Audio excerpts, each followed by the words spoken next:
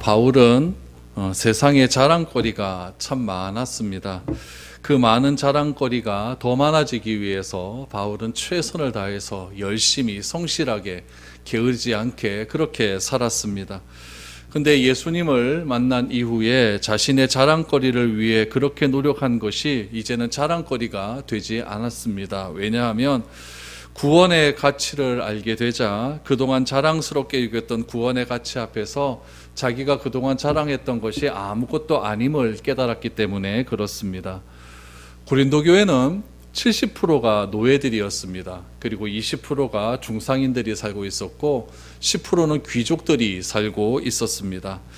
그 중에서 자랑거리가 많은 사람들 누구겠습니까? 10%의 귀족들이겠죠. 그 10%의 귀족들이 교회를 굉장히 어지럽고 혼탁스럽게 만들어 버렸습니다. 헬라 세계에는 굉장히 자랑거리가 많습니다. 그들의 역사가 자랑스럽고 그들의 문화가 자랑스럽고 특별히 헬라인들이 자랑했던 것, 그리스인들이 자랑했던 것은 그들의 지혜였겠죠. 그 지혜에 대한 자랑거리가 굉장히 많이 있었고 그 자랑거리를 가지고 있는 사람들이 고린도 교회를 구성하는 10%의 귀족들이었습니다. 그래서 이 귀족들은 다른 사람보다 자기들이 더 많은 지혜를 가지고 있다, 지식을 가지고 있다는 것을 가지고 굉장히 자랑을 많이 하고 교회 안에서 그렇게 생활을 했던 것입니다. 그렇다면 바울이 생각하기에 특별히 논쟁을 통해서 다른 사람보다 지식이나 지혜들을 자랑하는 문화가 교회 안에도 그대로 스며들어와 있다고 한다면 그것이 어떻게 바른 교회가 될 수 있느냐라고 하는 것이 바울의 생각이었습니다. 우리 고린도전서 1장을 시작하면서 고린도 교회의 첫 번째 문제점이 드러나지 않습니까? 교회가 네 패로 갈라져서, 네 패로 갈라졌다는 것은 네 개의 중요한 사람에게 속해져서 나는 누구로부터 세례를 받았다라고 하는 세례받은 것에 대한 자랑이, 세례받은 것에 대한 자부심이 굉장히 많이 있었다는 것 아닙니까? 그래서 바울은 자신은 세례를 많이 주지 않았다, 나는 그것이 자랑스럽다. 왜냐하면은 하나님께서 나를 부르신 이유는 자신이 누구에게 세례를 준 것, 그것을 자랑하기 위해서 나를 부른 것이 아니라 나는 십자가의 복음을 전하기 위해서 하나님으로부터 부름을 받았기 때문에 나는 세례 많이 준 것 가지고 자랑하지 않는다라고 그렇게 말을 했습니다. 그것이 첫 번째 고린도 교회의 문제였고, 두 번째 문제는 무엇이냐면 자랑입니다. 자랑하는 사람이 자꾸 많아지니까 그 자랑거리에 못 미치는 사람들이 상대적으로 소외감을 자꾸 느끼게 된다는 것이 문제였습니다. 그래서 바울은 그 자랑거리를 우리가 없앨 수 있는 방법이 무엇인가에 대해서 오늘 본문 말씀을 통해 이야기하고 있습니다. 어떻게 보면 너무 뻔한 얘기인데 바울은 그 뻔한 얘기를 고린도 교회에게 하고 있는 이유는 무엇이냐면은 알면서도 실천하지 않으니까 또 할 수밖에 없다는 이야기죠. 그래서 바울은 그 자랑거리를 없앨 수 있는 유일한 방법은 무엇이냐, 바로 십자가의 도를 깨달을 때 우리는 그 자랑거리를 없앨 수 있다라고 말을 하죠. 오늘 그 십자가의 도가 무엇인지를 한번 생각해 보았으면 좋겠습니다. 18절 말씀 한번 보시죠. 십자가의 도가 멸망하는 자들에게는 미련한 것이요 구원을 받은 우리에게는 하나님의 능력이라 라고 말합니다. 고린도 교회 성도들이 자랑에 대한 것을 권면하기 위해서 바울이 먼저 강조한 것은 십자가의 도입니다. 여러분, 도라고 하는 것, 이 도라고 하는 것이 말씀이라는 뜻이거든요. 말씀. 우리 요한복음에도 보면은 말씀이 육신이 되어라고 했을 때 그 말씀, 헬라어로 로고스, 그것을 도라고 그렇게 우리나라 말로 번역을 해 놓았습니다. 그러면 이렇게 얘기하는 거죠. 십자가와 관련된 말씀을 듣게 되면은 멸망하는 사람에게는 미련한 것이지만은 구원받은 사람에게는 능력이 된다라는 이야기죠. 그러면은 여기서 딱 결론이 내려져요. 십자가에 관한 말씀을 딱 듣게 되면은 두 부류로 나뉘어진다는 거예요. 첫 번째 부류는 멸망당하는 사람, 두 번째 부류는 구원받은 사람. 이게 딱 두 부류로 갈라지게 된다라는 이야기죠. 여기서 멸망하는 사람, 구원을 받은 사람 모두 시제로 보면 현재 진행형입니다. 그러니까 하나님의 말씀이 막 전달되고 있는 과정 속에서도 그 하나님의 십자가의 말씀을 받아들이지 않는 사람이 있고 받아들이는 사람이 있다는 거예요. 받아들이는 사람은 구원받은 사람, 받아들이지 않는 사람은 멸망하는 사람이라고 이야기를 하고 있죠. 우리도 구원의 시제에 대해서는 우리 칭의, 그래서 구원을 받았다라고, 과거에 받은 것, 내가 예수를 믿었다라고 하는 것, 그래서 하나님이 우리를 거룩하다고 인정해 주었다, 이 칭의에 대한 문제. 또 우리 현재 진행형에 관한 문제는 성화에 대한 문제 아닙니까? 우리가 날마다 거룩해져 가야 된다. 우리 미래에 대한 것은 영화의 문제입니다. 완전한 구원에 이르렀다. 이렇게 시제별로 나눌 수가 있다라는 이야기죠. 그런 점에서 오늘 우리는 구원받은 것을 이루어가는 사람이고 구원의 완성을 보고 달려가는 사람이다. 그런 의미에서 현재 진행형이다라고 말을 할 수가 있는 것이죠. 그러므로 예수를 믿어 구원받는 사람은 평생 구원을 이루어가며 살아가는 사람이다라는 이야기죠. 물론 우리가 구원받았습니다. 그러나 받았기 때문에 내가 아무렇게나 살아도 된다 이렇게 생각해서는 안 된다는 이야기죠. 구원을 받았기 때문에 우리는 하나님의 말씀을 지켜가며 그 말씀대로 살아가는 것이 중요하다라는 것을 강조하고 있죠. 그래서 예수를 믿어 구원받은 사람은 평생 그 구원을 이루어가는 사람이라고 한다면 그런 사람에게는 십자가의 말씀이 뭐가 되냐면은 능력이 된다라고 말을 하고 있는 것이죠. 여러분, 십자가에 대한 말씀이 나에게 능력이 된다, 이건 논리적으로 설명이 되지 않는 부분입니다. 어떻게 제일 참혹한 십자가에 달려 죽었는데 그것이 어떻게 능력이 될 수가 있느냐, 이거는 논리적으로 설명이 되지 않는 거예요. 그러나 성경은 분명히 우리에게 말을 하고 있습니다. 십자가에 관한 말씀은 우리에게 구원을 주고 그 구원이 우리에게 능력이 된다라고 말을 하고 있죠. 그렇다면은 왜 십자가에 관한 말씀이 우리에게 능력이 되는가를 바울이 19절 이하에서 풀어서 설명해 주고 있습니다. 뭐라고 하는지 한번 보시죠. 기록된 바 내가 지혜 있는 자들의 지혜를 멸하고 총명한 자들의 총명을 폐하리라 하였으니 지혜 있는 자가 어디 있느냐? 선비가 어디 있느냐? 이 세대의 변론가가 어디 있느냐? 하나님께서 이 세상의 지혜를 미련하게 하신 것이 아니냐라고 말합니다. 여러분, 기록된 바 그랬으니까 구약의 말씀 어떤 부분입니다. 어떤 부분이냐면은 이사야 29장 14절에 나오는 말씀입니다. 우리 이사야 29장 14절의 말씀을 한번 보죠. 그러므로 내가 이 백성 중에 기이한 일, 곧 기이하고 가장 기이한 일을 다시 행하리니 그들 중에서 지혜자의 지혜가 없어지고 명철자의 총명이 가려지느니라 라고 말합니다. 이사야 시대에 하나님께서 이스라엘 백성들에게 기이하고 기이한 일, 신비롭고 신비로운 일, 오늘 본문 말씀에 따르면 논리적이지 않는 일, 그런 일들을 이스라엘 백성들에게 행할 거라는 거예요.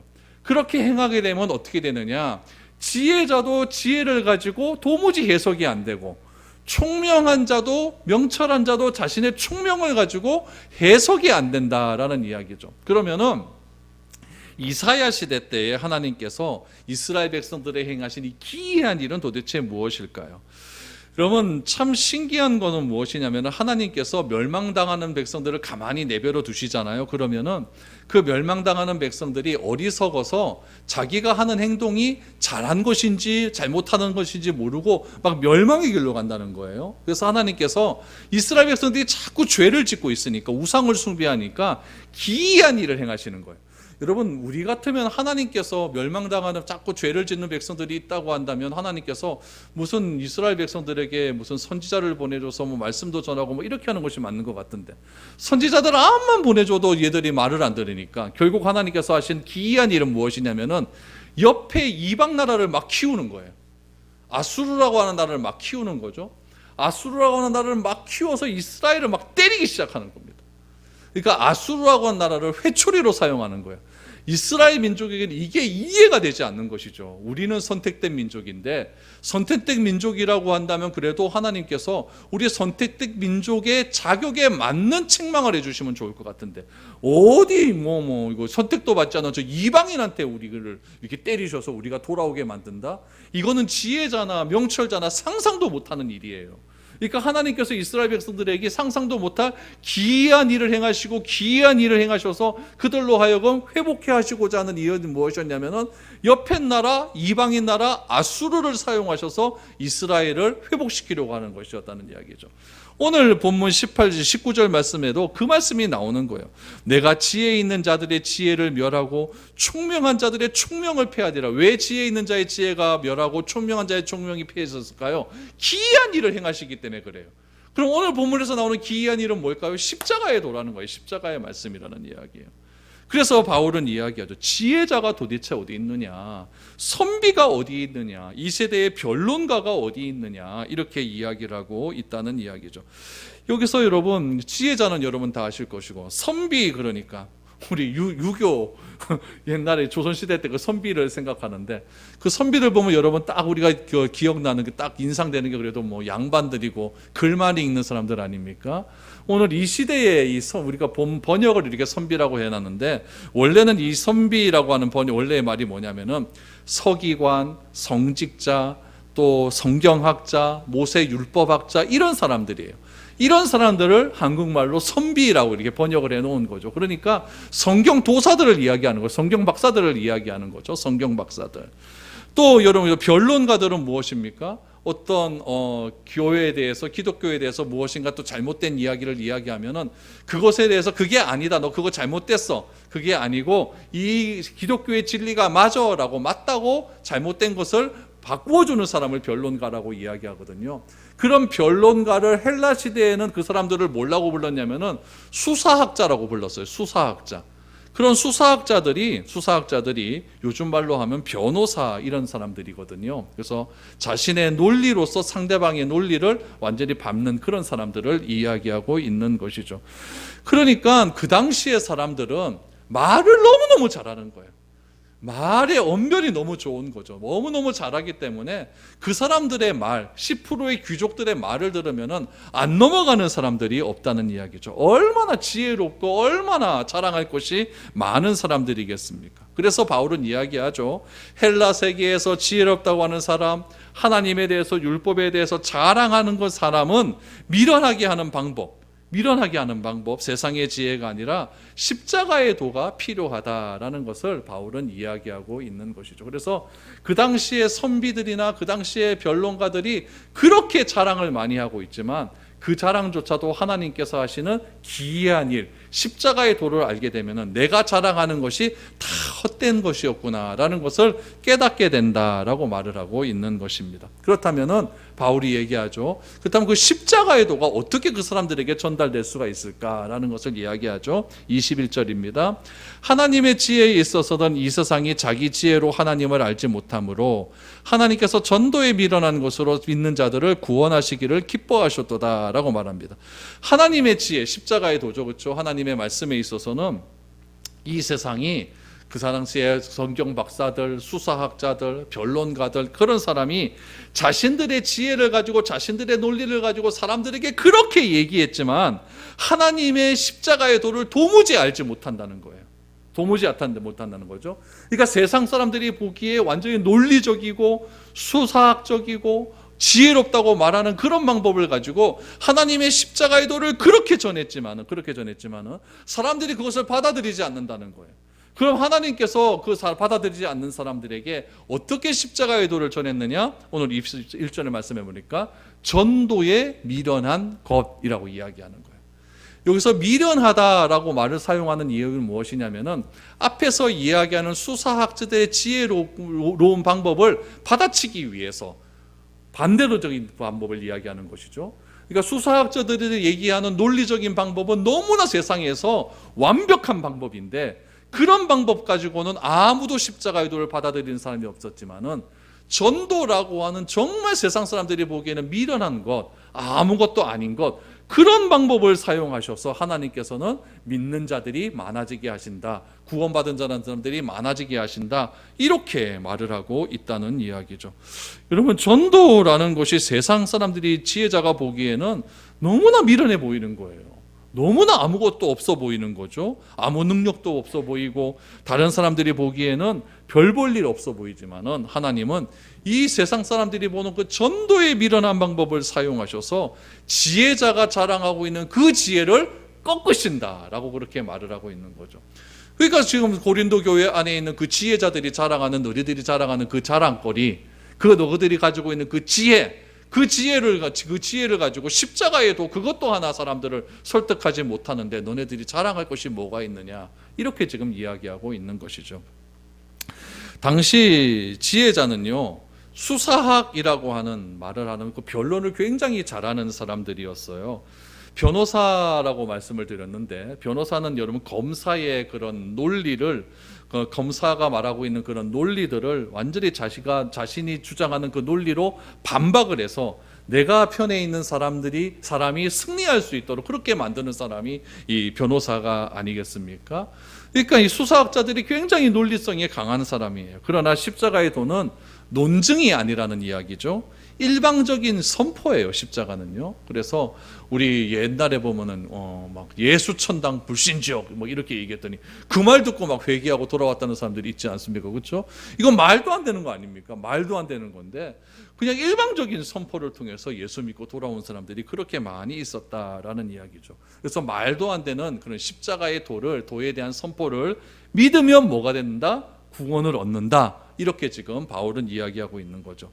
논쟁하기 위해서 일하는 것이 아니라 인간이 이해할 수 없는 십자가의 도를 선포할 때 믿음으로 받아들이는 사람은 어떻게 된다? 구원을 얻는 것이고 그것을 받아들이지 않는 사람은 미련한 것이 된다라는 것이죠. 그래서 믿음으로 받아들일 수 있는 그 십자가의 도를 선포하는 것이 무엇이다? 전도에 미련한 것이고 그 전도에 미련한 것을 만드신 분이 누구냐면 바로 하나님의 지혜다라고 그렇게 이야기하고 있는 것이죠.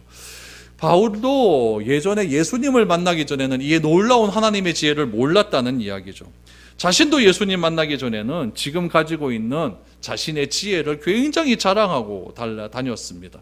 그런데 예수님을 만난 이후에 이 놀라운 십자가에도 하나님의 지혜를 알고 보니까 자신이 그토록 자랑했던 지혜가 아무것도 아니라는 것을 깨닫게 되었다는 이야기죠. 그래서 하나님을 죽도록 섬겼다고 하는 것, 자기가 예수님을 만나기 전에 죽도록 하나님을 사랑했다라고 하는 것이 결국에는 하나님을 대적하는 일이었고 십자가의 도가 어리석다고 생각했는데 예수님을 만나고 보니까 지금까지 한 자기의 열심은 다 헛된 것이었고 십자가의 도가 가장 뛰어난 것임을 바울이 비로소 알게 되었다라는 것을 이야기하는 겁니다. 그래서 지금 고린도 교회 안에 있는 자랑을 많이 하는 그런 사람들에게 나도 너희만큼 자랑할 것이 많았다. 그러나 십자가의 도를 제대로 알게 되면은 자랑할 것이 십자가의 도 외에는 아무것도 없다는 것을 나는 비로소 알게 되었다라는 것을 이야기하고 있는 것이죠. 그래서 그들이 또 이제 자랑하는 것들이 무엇인지를 이제 구체적으로 이야기합니다. 22절부터 보십시오. 유대인은 표적을 구하고 헬라인은 지혜를 찾으나 우리는 십자가에 못 박힌 그리스도를 전하니 유대인에게는 거리끼는 것이요 이방인에게는 미련한 것이로되 오직 부르심을 받은 자들에게는 유대인이나 헬라인에게나 그리스도는 하나님의 능력이요 하나님의 지혜니라 라고 말합니다. 바울이 십자가의 도가 전해지지 않는 이유를 이야기합니다. 왜냐하면 유대인은 뭘 구하냐면 표적을 구한대요. 기적을 구한다는 이야기죠. 기적을 유대인들이 그렇게 좋아하니까 예수님께서 오셔서 기적을 보여주셨어요. 막 병자들을 고쳐주시고 또 어떨 때는 또 막 죽은 자를 살리시고 오병이어의 기적을 보여주시고 물이 포도주가 되는 것들을 고쳐주시고 얼마나 많은 기적을 보여주셨습니까? 그러면 이 유대인들은 그 기적을 구하니까, 표적을 구하니까 예수님이 행하시는 그 표적을 보고 예수님이 그리스도다라는 것을 믿어야 되는데 유대인들이 믿습니까? 안 믿습니까? 안 믿었다는 이야기예요. 헬라인들은 없습니까? 헬라인은 지혜를 구한다고 하지 않습니까? 논리적인 논증을 통해서 상대방을 설득하는 것이 지혜라는 이야기죠.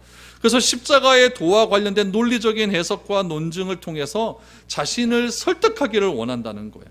헬라인은 논쟁하는 걸 좋아해서 지혜를 찾습니다. 헬라인들이 이렇게 지혜를 좋아하는 이유가 무엇이냐면은 헬라 사회의 가장 큰 핵심이 무엇이냐면 그리스 거기 신전 바로 밑에 가면 아고라라고 하는 광장이 있거든요. 그 광장에서 걔네들이 아침에 일어나면 뭐하냐면 맨날 떠드는 겁니다. 맨날 떠들어요. 바늘 위에 천사가 몇 명 올라갈까? 이거 갖고 논쟁하는 거죠. 그거 해봐야 뭐합니까? 중세시대 때 그런 거 갖고 논쟁했다고 하는데. 광장에서 맨날 논쟁하는 거예요. 거기서부터 민주주의의 출발이 시작되는 거다. 도덕 시간에 다 배웠죠. 민주주의가 거기서 출발했다는 거. 헬라인들은요, 일하지 않고 맨날 거기서 논쟁만 합니다. 일은 누가 합니까? 노예들이 하는 것이죠. 그러니까 노예들은 헬라인들이 논쟁할 동안에 먹고 사는 문제는 노예들이 다 해주고 헬라인들은 노예들이 해주는 그 일거리를 가지고 먹을 거를 가지고 그걸 먹어가면서 자신들은 맨날 거기서 논쟁하는 거예요. 지혜란 무엇인가? 세상의 출발은 어디서부터인가? 세상의 근원은 무엇인가? 이거 갖고 맨날 논쟁하고 있는 것이죠. 그래서 여러분, 그들이 말하는 민주주의는 오늘날과 같이 모든 사람에게 보편적으로 적용되는 그런 민주주의가 아니라 누구를 위한 민주주의였냐면은 그 특권층을 위한 민주주의였어요. 그들만 편하게 지내는 거거든요. 이런 문화 속에서 십자가가 구원이라고 하는 말씀이 그들에게 들어오겠습니까? 도무지 들어오지가 않는 것이죠. 본문에서 유대인과 헬라인은 특정 민족을 말하는 것이 아니에요. 그 당시에 그런 사람들이 있었다라는 것이죠. 유대인과 헬라인을 언급하는 이유는 무엇이냐면은 세상 모든 사람을 의미하는 대명사예요. 왜냐하면 오늘날 인류가 발전하는 데 있어서 가장 큰 출발점이 무엇이냐면 두 개의 문화적 기류예요. 첫 번째는 뭐냐면 유대인을 중심으로 발전한 유대니즘이에요. 그래서 히브리즘이라고 하는데, 이 히브리즘이 전 세계의 문화를 다 통치를 했어요. 거기에 반대적으로 등장하는 것이 무엇이냐면 헬레니즘이에요. 헬레니즘. 그래서 히브리즘은 무엇을 하고 이야기하냐면 연역법이라고 해요. 이것은 성경이다. 그러면 이 성경이 왜 성경이냐를 쫙 얘기하는 거죠. 이게 연역법이에요. 먼저 선포하고 보는 거예요. 근데 히브리즘은 헬레니즘은 뭐냐면은 이것이 성경이 되기 위해서는 조건들이 있을 것 아닙니까? 이 조건들을 먼저 생각을 하는 거죠. 이런 것들이 다 있기 때문에 이거는 성경이다. 이렇게 귀납법적으로 얘기를 해요. 그래서 요즘 우리가 추구하는 대학 사회를 얘기할 때는 히브리즘이 아니라 다 헬레니즘이에요. 다 귀납법적으로 공부를 하는 거죠. 아이들도 그렇게 공부를 하고 과학도 그렇게 발전을 하고 다 그렇게 되는 거예요. 그래서 이 헬라인과 유대인이라고 이야기하는 것은 오늘날 우리 문명이 살아가는 이 문명의 그 영향 속에 살아가는 모든 사람을 의미하는 거예요. 우리도 옛날에 보면 다 이렇게 히브리즘으로 다 배우지 않았습니까? 여러분들 하나님이 하나님이지 그 하나님이 왜 나의 하나님인지를 꼬치꼬치 여러분 물으면은 그거 다 믿음 없다고 얘기했죠. 그럼 가르쳐준 사람이 있었습니까? 무조건 믿어 이렇게 얘기하지 않았습니까? 이런 거 다 히브리즘 사고. 근데 요즘에는 어때요? 왜 예수님이 우리의 예수님이 되는지 하나하나 꼬치꼬치 하나씩 따져가면서 그렇게 아이들에게 설득하지 않습니까? 요거는 헬레니즘 사고예요. 그래서 요즘 이런 두 가지 사고가 마구 있는 거예요. 동양에서는 요 히브리즘 사고들이 많고 서양 쪽에서는 헬레니즘 사고들이 굉장히 많아요. 그래서 그런 두 개의 문명이 꽝 부딪히게 되면 전쟁이 일어나게 되는 것이죠. 이런 것들이 있는 거예요. 그래서 이런 사고가 십자가의 도에도 그대로 적용이 된다는 거죠. 지금 바울이 말하고 있는 것은 십자가의 도는 히브리즘 사고를 해야 된다고, 선포하면 그걸 믿어야 된다는 거예요. 그런데 이 헬레 사람들은 자꾸 그걸 꼬치꼬치 따지기 시작한다는 이야기죠. 그렇게 따져서는 십자가의 도가 우리에게 받아들이질 않는다라고 그렇게 이야기를 하고 있는 거죠. 그래서 하나님의 부르심을 받은 모든 사람들에게는 십자가의 도가 하나님의 능력이 된다라고 말을 하고 있습니다.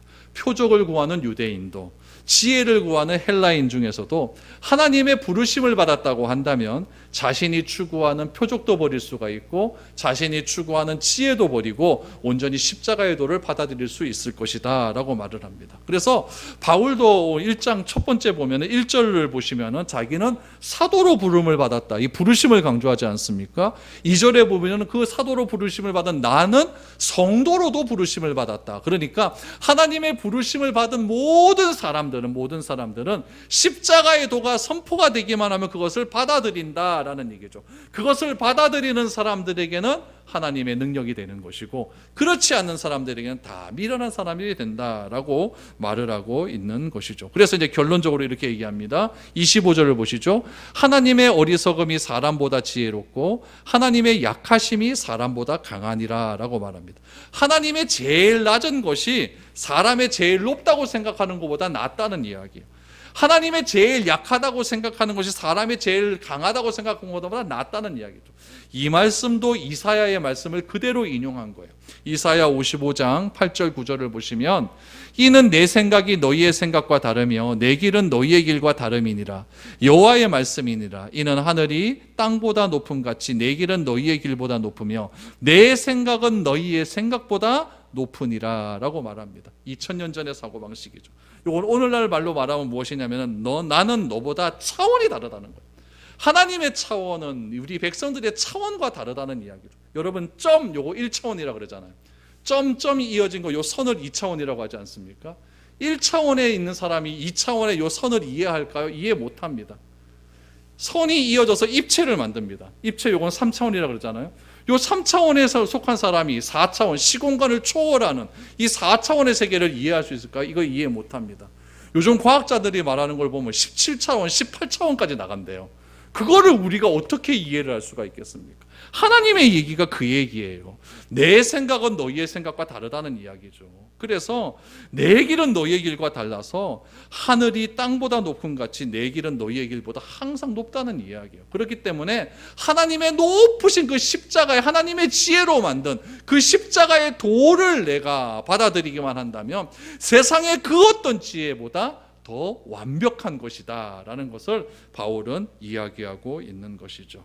그래서 우리 인간이라고 하는 존재, 시간과 환경과 공간이라고 하는 것에 그렇게 영향을 받고 사는 무기력한 인간이 만든 지혜, 그 지혜가 이 세상을 창조하시고 시간과 공간과 환경을 초월하신 그 하나님의 지혜를 어떻게 따라갈 수가 있겠느냐라고 말하는 것이 바울의 이야기입니다.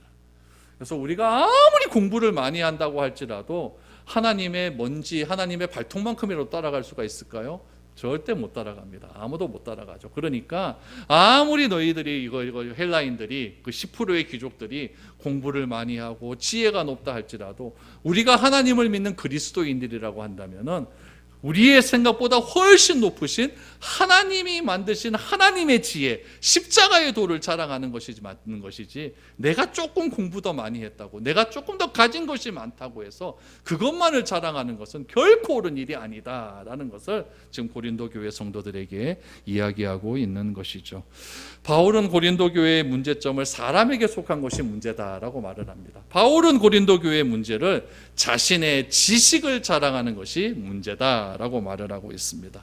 여러분, 우리도 이 사실을 잘 기억했으면 좋겠습니다. 그래서 누구 하나에 속하는 그런 사람이 아니라 나이가 가진 환경이나 배경을 자랑하는 그런 우리들이 아니라 온전히 하나님의 지혜인 십자가의 도를 마음껏 자랑할 수 있는 그런 우리가 되어야 될 줄로 믿습니다. 이런 자랑함이 넘쳐날 때 교회는 하나가 될 수가 있는 것이지 여러분 다른 것으로는 결코 교회가 하나가 될 수 없다는 사실을 꼭 기억하시고 항상 교회의 하나됨을 위해서 기도하시고 나 자신의 잘못된 것을 버릴 수 있는 그런 우리 모든 사람이 될 수 있었으면 좋겠습니다.